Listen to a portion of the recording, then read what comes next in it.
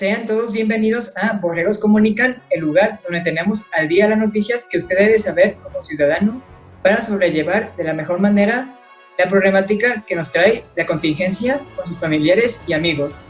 Tenemos mucha información sobre noticias, sobre temas políticos, de economía y de sociedad que usted debe saber para mantenerse al día y bien informados y así sobrellevar de la mejor manera esta situación. A continuación, les presentaremos nuestro plan que tenemos para usted para presentar las noticias que vamos a tener el día de hoy. Recuerden siempre estar encerrados en sus casas y evitar salir, ya que esto evita que nos contagiemos y estar sanos y sanos. Estamos contigo, Alexia. El día de hoy veremos las consecuencias de la actual contingencia, tales como la violencia y económicas. Una entrevista, la reacción del presidente ante la pandemia y las medidas de prevención.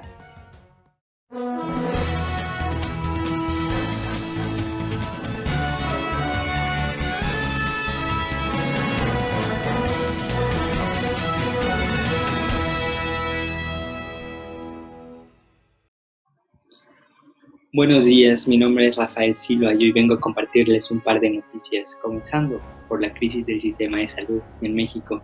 Se ha mencionado con anterioridad por este medio, por Andrés Manuel López Obrador y por el secretario de Salud, Jorge Alcocer Varela, que el sistema de salud es completamente un desastre. Cuando Morena asumió el poder, nos dieron a conocer que existían irregularidades en la compra de medicamentos, hospitales abandonados y casos de muertos a causa de problemas en los servicios sanitarios, lo cual ha hecho más difícil atender las emergencias durante la pandemia, afirma Andrés Manuel. Se afirma la existencia de un plan de emergencia para cubrir carencias que consiste en posponer cirugías, tratamientos no graves para poder atender a los casos de coronavirus en esas áreas. Existen 327 hospitales, clínicas y centros de salud que están abandonados o a medio construir, lo que ha ocasionado esta crisis y las recientes críticas hacia Andrés Manuel acerca de sus responsabilidades como el presidente de esta nación. No solo ha habido problemas en el sistema de salud, sino que durante estos tiempos de confinamiento, la violencia ha incrementado en un 80%. La red ha brindado su atención a través de líneas telefónicas, de las cuales más del 76% de las personas que acuden a esta ayuda son mujeres.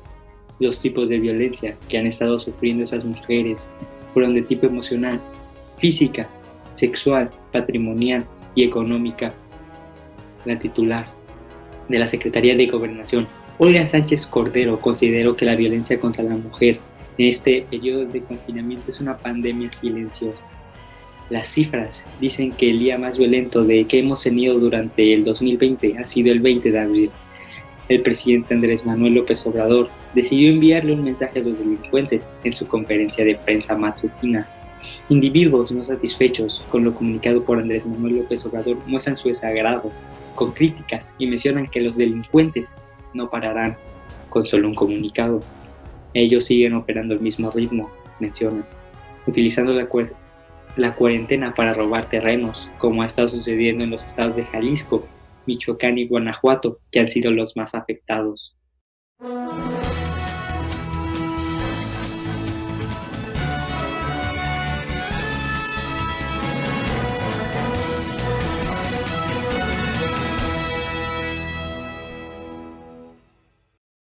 Bueno, y en las noticias económicas tenemos que México ha entrado en una recesión bastante profunda. Según los datos que nos proveyó el INEGI, el PIB ha tenido la peor baja en su historia durante 11 años. México ha entrado en una recesión económica más profunda este año, luego que la actividad nacional se haya reducido al 1.6% en nuestro primer trimestre. Según el INEGI y los datos del Producto Interno Bruto, se trata de la caída más severa en los últimos 11 años de acuerdo con los datos. Esta cifra significa el quinto trimestre consecutivo del PIB a la baja, cuya racha nos confirma que México ha entrado en una recesión económica desde principios del año pasado. El reporte ha sorprendido a los analistas, quienes esperaban un declive menos severo del 1.5% en este periodo.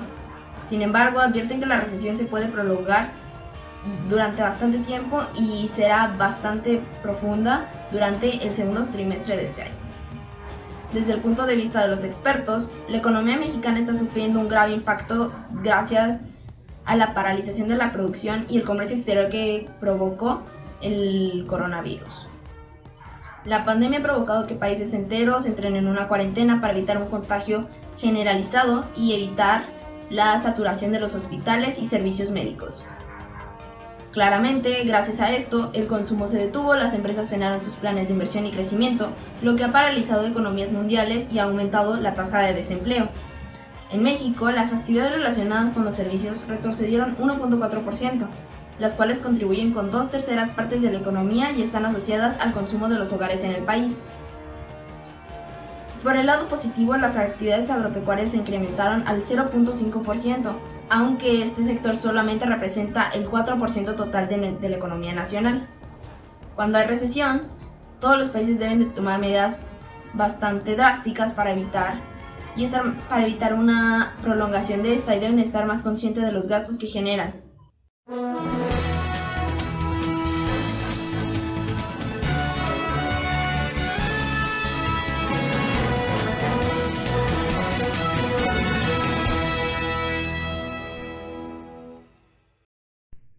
Soy Carla Molina y continuamos con más noticias aquí en Borregos Comunican.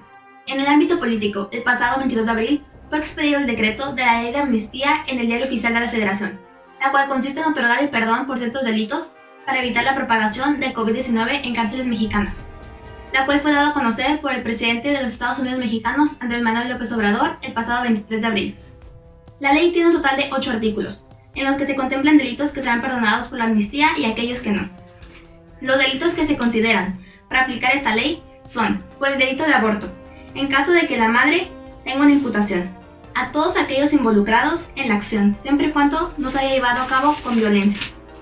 En cuanto al delito de homicidio, por la razón de parentesco, cuando el sujeto pasivo sea el producto de la concepción en cualquier momento de la preñez. Al igual, en delitos involucrados con la salud, referidos en los artículos 194, 195 y 198 del Código Penal Federal, y el 474 de la Ley General de Salud. Tendrán amnistía cuando quien los haya cometido se encuentre en una situación de pobreza o extrema vulnerabilidad, al igual que tener una discapacidad permanente, por indicación de una persona de un parentesco consanguíneo. También se aplicará la ley a aquellos consumidores que posean narcóticos hasta 2 veces la dosis máxima del consumo personal. Quienes no podrán acceder a esta amnistía son aquellos que han cometido delitos contra la vida, integridad corporal, secuestro, delitos con armas de fuego, terrorismo, prevención de la vida o lesiones graves. Por su parte, el senador panista Mauricio Curi planteó que la gran urgencia nacional debe ser legislar para sacar una ley de emergencia económica. Reiteró, esa debe ser la prioridad legislativa para forzar a que el gobierno atienda a las familias mexicanas.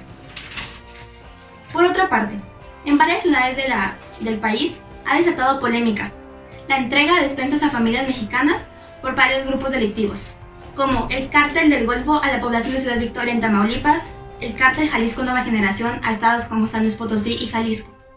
Asimismo, Alejandrina Guzmán Loera, hija de Joaquín Guzmán Loera, conocido como El Chapo, brindó ayuda a las personas de la tercera edad en Guadalajara, Jalisco.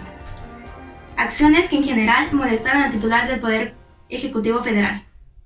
Continuamos con más.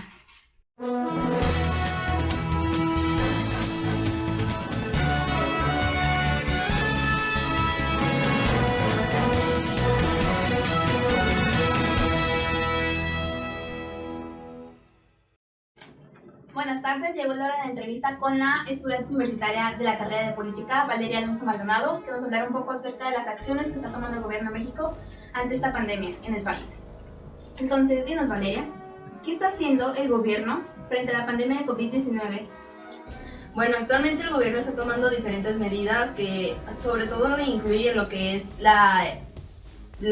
equipar hospitales, contratar nuevos médicos, comprar más personal en caso de que los sistemas de salud lleguen a colapsar, lo cual sería un punto bastante difícil o sería una situación bastante crítica para nuestro país. A pesar de que tenemos los recursos económicos gracias a las reservas que se tienen, sí podría generar incluso muchas más muertes de las que ya se han cobrado actualmente. Como lo dijo el presidente López Obrador, se están haciendo acopios de recursos, sobre todo de comida para gente que tiene que trabajar día a día y de alguna manera pues no puede salir de su hogar para continuar trabajando. Y pues también se están contratando nuevas personas, estudiantes de medicina, incluso que no han terminado la carrera, están ingresando a hospitales para intentar ayudar a la gente. Gracias. Siguiente pregunta. ¿Cuál puede ser el resultado final para México de esta crisis sanitaria? No podemos adelantarnos a dar un balance final por lo pronto, a pesar de que se tienen números y datos sobre lo que es la crisis. En general, siempre en una crisis sanitaria debe de haber consecuencias graves en lo que es la economía, ya que esta se detiene en distintos ámbitos, y además de que probablemente vaya a generar una gran tasa de desempleo por el hecho de que hay algunas empresas que no están siendo solidarias con sus empleados, obligándolos a trabajar diariamente. Última pregunta. ¿Cuáles son los retos más grandes que ha enfrentado México frente a esta crisis?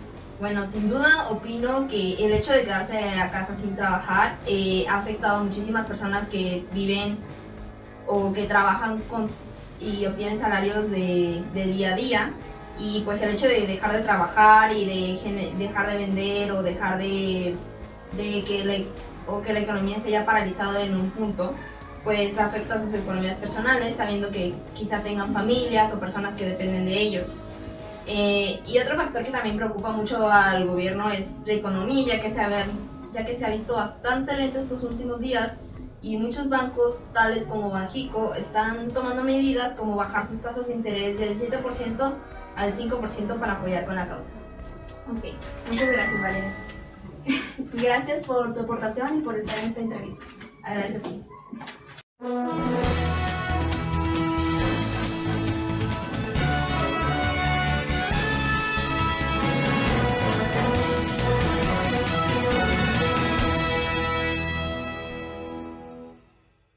Hoy hablaremos sobre la fase 3 y sus medidas de prevención.